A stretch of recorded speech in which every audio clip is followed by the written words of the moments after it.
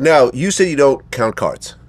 I mean, I can count cards. Counting cards is not hard, but no, that's not my strategy, but counting cards is not hard. So this is true-ish, and here's why.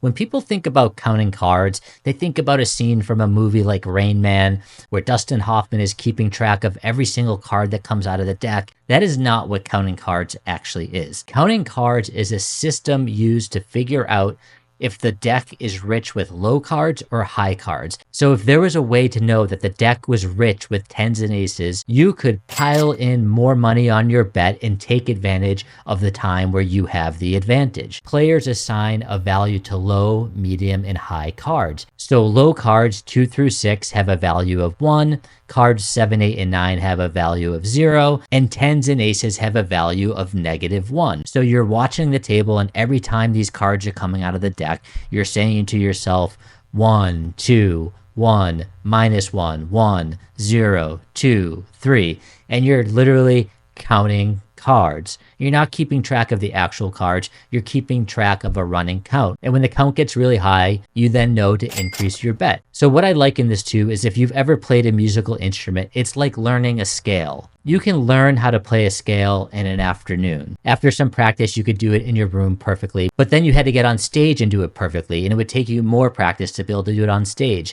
Then you had to do it in front of 10,000 people under stadium lights and all these distractions, and you'd have to practice more and get better and better at being able to perform that scale flawlessly. So counting cards is simple in theory, but complicated in execution. But in this instance, Mikki actually said something correct. Stay boss.